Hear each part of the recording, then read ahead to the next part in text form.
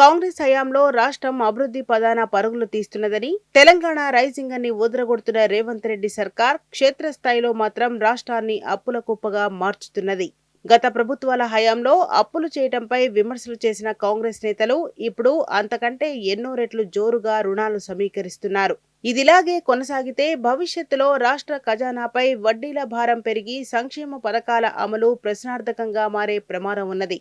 తెలంగాణ ఆర్థిక పరిస్థితిపై comptroller and auditor general CAG విడుదల చేసిన తాజా నివేదిక తీవ్ర ఆందోళన కలిగిస్తున్నది. ఈ నివేదికలో పేర్కొన్న గత 12 ఏళ్ల నెలవారీ గణాంకాలను పరిశీలిస్తే ప్రస్తుత 2025-26 ఆర్థిక సంవత్సరంలోని తొలి 10 నెలల్లోనే బడ్జెట్ అంచనాలను మించి అప్పులు చేయటం ఆర్థిక నిర్వహణపై రేవంత్ రెడ్డి సర్కార్ ఏమాత్రం అజమాయిషీ లేదని తేటతెల్లమవుతున్నది. రాష్ట్ర సొంత ఆదాయ వనరులు ఆశించిన స్థాయిలో పెరగకపోవడంతో రేవంత్ రెడ్డి సర్కార్ అప్పులపైనే అధికంగా ఆధారపడుతున్నది.